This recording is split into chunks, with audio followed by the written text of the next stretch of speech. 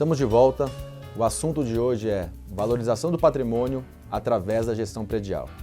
O primeiro bloco tratamos assuntos relevantes, conceituais, e agora a gente vai entrar em algumas coisas práticas.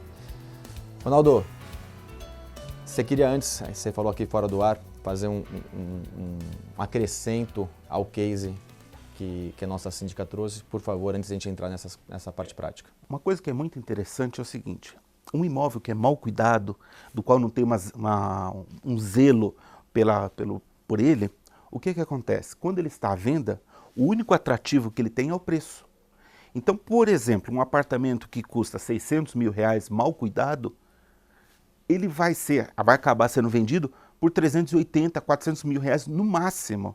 Porque a única coisa que vai fazê-lo ter atração é o preço. Sim. A pessoa está na rua, tem um apartamento de 3 dormitórios de 100 metros quadrados de um lado, que tem um valor, e tem um do outro lado da rua, que é mal cuidado, ele vai optar pelo bem cuidado. No caso que você citou no primeiro bloco, ele saiu de quanto para quanto? Você pode citar? Posso falar. Os apartamentos, eles estavam pedindo na faixa de R$1 milhão. Depois da reforma, eles foram vendidos por R$2,5 milhões. Acho que valeu a pena, né? Valeu muito a pena.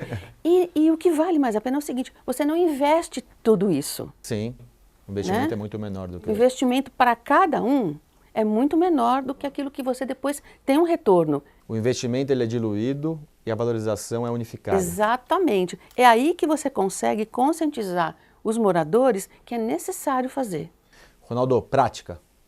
Bom, quem está nos assistindo, eles querem saber um pouco de prática. A receita de bolo é muito simples.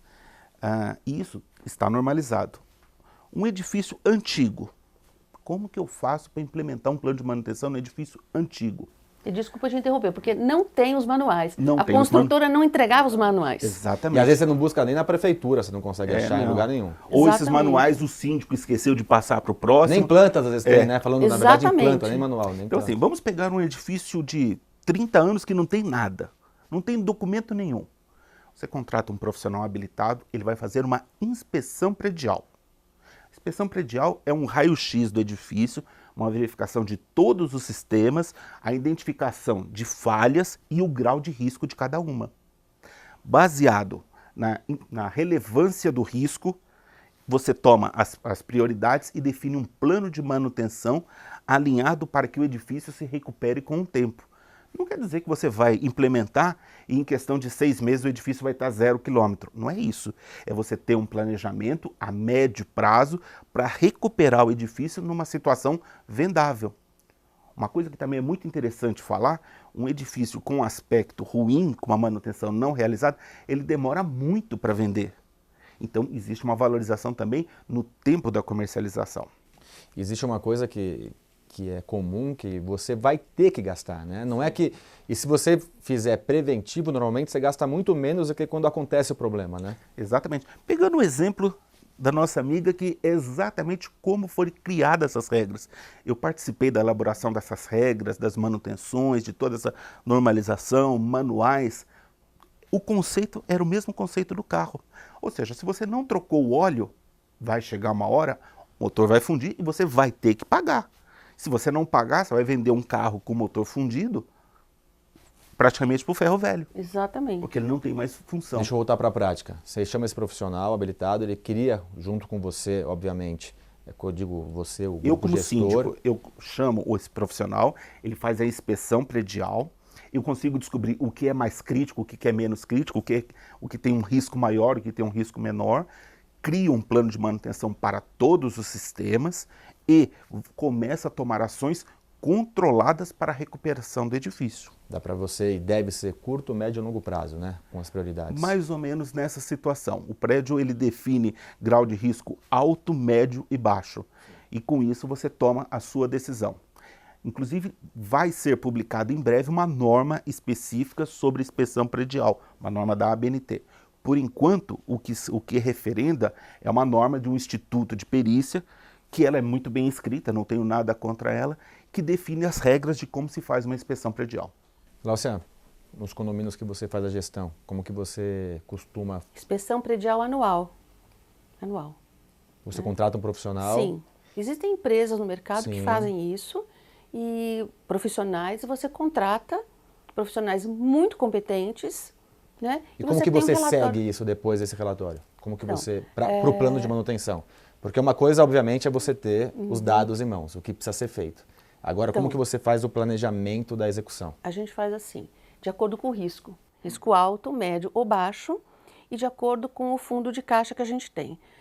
Então, eu costumo planejar, né? Então, por exemplo, se eu sei que daqui a 5 anos eu vou ter que fazer uma lavagem de fachada, se você já começa a recolher um valor pequeno e você planeja que daqui a 5 anos você vai ter mais ou menos o valor, você estima o custo, você sabe que hoje em dia lavar uma fachada custa 200 mil, dependendo do prédio.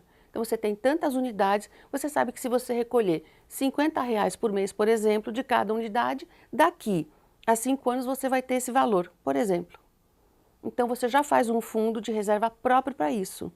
Não pesa no bolso de ninguém. Quando você precisar fazer a reforma, você não vai chamar rateio. Sim. As E a pessoas preventiva? detestam rateio. Mudando um pouquinho para um lado paralelo. A preventiva. Você, por exemplo, sei lá, ar-condicionado, eu preciso fazer manutenção 2 vezes por ano. Você tem esse controle? Sim. Aonde que você faz esse controle? Eu queria saber um pouco das suas particularidades. É um sistema de computador? Você costuma ter isso numa gestão junto com o corpo diretivo? Alguém responsável, o zelador? Queria só entender um pouco na prática. Olha, eu fiz o curso na Gabor e o seu Bom pai, curso, viu? excelente curso, e o seu pai deu uma aula sobre plano diretor. Sim. Essa foi a aula mais importante que eu já fiz em qualquer curso que exista em São Paulo, né? E baseado nesse plano diretor, tá? Eu monto uma planilha e ali tem tudo que eu preciso fazer. Você contempla Todas as e vai manutenções, seguindo todas as manutenções, das bombas de recalque, de tudo, dos elevadores, tudo. Então tem tudo Você lá. dá menção ao curso é meu pai. Realmente o curso é bom e meu pai também é um excelente profissional. Ronaldo, alguns condomínios que são maiores, a gente está falando que hoje tem condomínios com áreas absurdamente grandes, com 30, tem 3 quadras, 4 piscinas, 8 edifícios. Aí já vale a pena pensar num sistema, né? Para você controlar essa manutenção? Exatamente, que nem. Não é errado, você pode usar uma planilha de Excel, não tem importância, pode usar. Você pode criar ferramentas que vai te auxiliar, te avisar quando é o momento de fazer as coisas, a te ajudar na cotação desses serviços. E uma coisa que é muito importante, esses edifícios gigantescos não podem ser cuidados com a mesma cabeça de uma pessoa que administra um condomínio pequeno. Uma piscina pequenininha, o modo de você manter a água é muito diferente desses condomínios gigantescos. Por isso, mais uma vez, a importância desse profissional para direcionamento. Exatamente. Você pode deixar uma pessoa careca ou com cabelo verde. Por quê? Porque o teu zelador foi lá e fez um negócio. O teu zelador talvez não tenha o treinamento ou o conhecimento para um volume de água tão grande. Aí que eu ia chegar. Não adianta nada você ter um plano de manutenção bem feito, um engenheiro que fez esse trabalho prévio, um sistema legal, um controle legal, se as pessoas que estão no dia a dia não têm um conhecimento pelo menos básico. Você não espera que o seu zelador vai fazer a manutenção complexa, mas o dia a dia ele precisa manter. Então, o treinamento da sua equipe também é necessário, né? Com certeza. Uma coisa que eu falo nos cursos, que de vez em quando arruma até confusão, zelador não foi feito para dar voltinha com um cachorro de morador, nem para ficar cuidando da vida dos outros. Ronaldo, Zelador foi cada feito... macaco no seu galho. Exatamente. Cada macaco no seu galho. Você tem que ter um piscineiro, tem que ter um jardineiro. O zelador não é jardineiro e o zelador não é piscineiro. Exatamente. O zelador, ele pode ficar monitorando o edifício como um todo. Você não precisa ser engenheiro com pós-doutorado para saber que surgiu uma infiltração. Surgiu a infiltração, chama o responsável do plano e fala, vem cá dar uma olhadinha nisso. E por isso que eu sempre recomendo nos meus cursos, nas minhas palestras, coloca o teu zelador para trabalhar e faz ele rodar o edifício, o condomínio. Mas qualifica ele, né? Para ele entender como que ele identifica. Exato. Mas assim, você não precisa transformar ele num engenheiro. Não. Lógico. Mas assim, a maioria das manifestações patológicas, elas iniciam de uma forma muito pequena. E o conserto disso é muito mais barato do que você deixar aquilo crescer. Comparando com a pele da gente, quando você faz um corte, ela cicatriza. Um edifício não. Quando acontece um corte, ele sempre vai aumentar, até que você faça uma intervenção e corrija aquilo. Uma coisa que eu sempre passo nos cursos, nos treinamentos que eu ministro por aí, nas palestras, é o seguinte, o certo é ter um profissional habilitado, mas o teu zelador, ele não precisa ser engenheiro com pós-doutorado para constantemente estar rodando o edifício e quando ele identificar qualquer problema, ou seja, uma pequena infiltração, um rejunte que não está funcionando, uma calha que começou a apresentar um problema, ele chama um profissional habilitado para olhar. O problema, quando ele é identificado bem no começo, ele tem um custo muito menor da correção do que você deixar. Vou dar um exemplo da pele. Quando você se corta, a pele com o tempo ela cicatriza. Já um edifício não. Qualquer manifestação patológica que aconteça, ela sempre vai tender a crescer. A pequena fissura vai virar a trinca vai virar rachadura, a rachadura vai virar fim da estrutura do edifício.